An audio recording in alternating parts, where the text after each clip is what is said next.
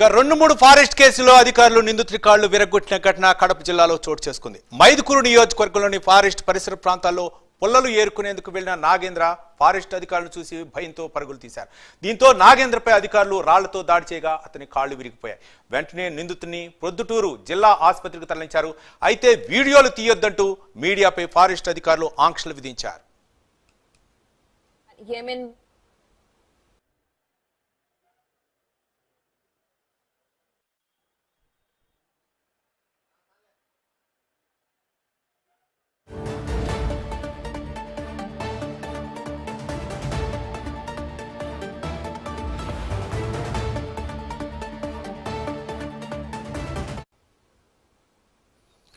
రెండు మూడు కేసుల్లో ఒక ఫారెస్ట్ అధికారులు అయితే మాత్రం ఒక వ్యక్తి కాళ్లు విరగొట్టిన వైనం ప్రొద్దుటూరులో జరిగింది. ఇక అతనిని పొద్దుటూరు ప్రభుత్వ ఆసుపత్రికి తరలించారు. దీనిపై వీడియోలు తీయొద్దని చెప్పేసి అక్కడ అటవీ శాఖ అధికారులు అయితే ఆంక్షలు విధించారు. దీనిపై మరింత సమాచారం మా కరెస్పాండెంట్ సుధీర్ లైవ్ ద్వారా అందిస్తారు. సుధీర్.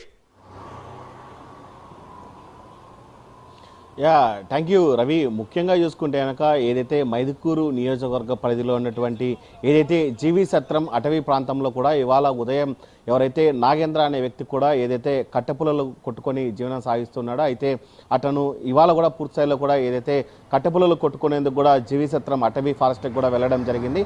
ఈ నేపథ్యంలో అతను కట్టెపుల్లలు కొట్టుకున్న నేపథ్యంలో కూడా ఒక్కసారిగా కూడా అక్కడికి అటవీ శాఖ అధికారులు రావడంతో కూడా పూర్తిస్థాయిలో ఎవరైతే నాగేంద్ర అనే వ్యక్తి కూడా అక్కడి నుంచి వాళ్ళని చూసి భయభ్రాంతులకు గురై పరిగెత్తిన పరిస్థితి ఉంది. అయితే ఒక్కసారిగా ఫారెస్ట్ అధికారులు అతను ఎవరైనా ఎర్రచందనం స్మగ్లరా ఏంటి అన్న నేపథ్యంలో కూడా ఫారెస్ట్ అధికారులు అయితే కనుక ఒక్కసారిగా రాళ్ల దాడి మొదలు పెట్టడం జరిగింది. అయితే ఈ రాళ్ల దాడిలో పూర్తిస్థాయిలో కూడా నాగేంద్రకి అయితే కనుక కాలు విరిగిపోవడం జరిగింది. అయితే ఈ నేపథ్యంలో కూడా ఒక్కసారిగా అక్కడ ఉన్నటువంటి అధికారులు కూడా అతని మీద పడడంతో కూడా అతని కాలు అయితే కానీ విరిగిపోవడం జరిగింది. అయితే ఈ కాలు విరిగిపోయిన ఘటన అయితే కనుక ఫారెస్ట్ అధికారులు కూడా మీడియాకు ఎక్కడ బయటికి పండికుండా కూడా పూర్తిస్థాయిలో కూడా గోప్యంగా ఉంచడం జరిగింది. అయితే ఎవరైతే నాగేంద్రను హుటాహుటిగా కూడా ఫారెస్ట్ అధికారులు తమ వాహనంలో కూడా ఏదైతే దగ్గరలో ఉన్నటువంటి ఒక ఏదైతే ప్రైవేట్ హాస్పిటల్కు మొదటగా తీసుకెళ్లడం జరిగింది.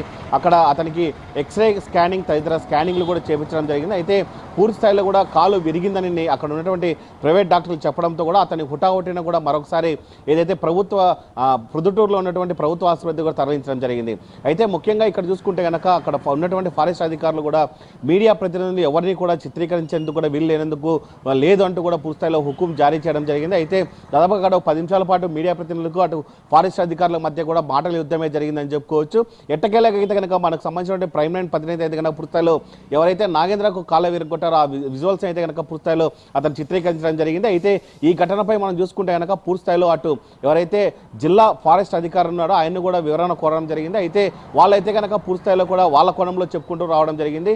అయితే గతంలో ఇతను అయితే ఎవరైతే నాగేంద్ర ఉన్నాడో అతని పైన కూడా పూర్తిస్థాయిలో పలు దఫాలుగా 2 కేసులు ఉన్నాయి. ఆ కేసులకు సంబంధించి ఇప్పటికే నోటీసులు జారీ చేయడం జరిగింది. అందులో భాగంగా మేము అతన్ని విచారణకు నమ్మన్నాము అని చెప్పి గతంలో చెప్పడం జరిగింది అని చెప్పి ఆ డిఎఫ్ అధికారి చెప్తున్నారు. అయితే అప్పటి నుంచి కూడా నాగేంద్ర పరారీలో ఉన్నాడు. ఈ నేపథ్యంలో గత రాత్రి మాకు అటవీ ప్రాంతంలో కూడా పూర్తిస్థాయిలో మాకు కనపడ్డాడు. మేము అతన్ని వెంబడించే టైంలో కూడా పూర్తిస్థాయిలో అక్కడే ఉన్నటువంటి ఒక గుంతలో కూడా నాగేంద్ర పడిపోవడం జరిగింది. అక్కడి నుంచి మేము ఏదైతే అతనికి మెరుగైన వైద్య చికిత్స అందించేందుకు కూడా వేరే ప్రైవేట్ హాస్పిటల్ తరలించాల్సి వస్తుందని చెప్పి డిఎఫ్ చెప్తున్న పరిస్థితి అయితే ఉంది. అయితే ఏదేమైనా చూసుకుంటే కనుక ఒక వ్యక్తికి సంబంధించినటువంటి కాలు ఎరగొట్టిన దాంట్లో అయితే కనుక అటు ఫారెస్ట్ అధికారులు అటు మొత్తంగా పోలీస్ డిపార్ట్మెంట్ కూడా పూర్తిస్థాయిలో కూడా గోప్యంగా ఉంచిన ఘటన అయితే కనుక ఇప్పుడు బయటపడిందని చెప్పుకోవచ్చు.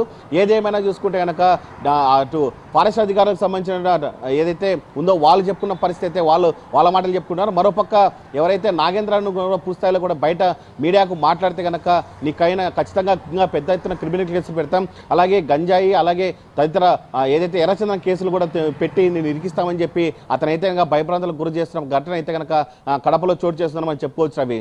Right, thank you Sudheer.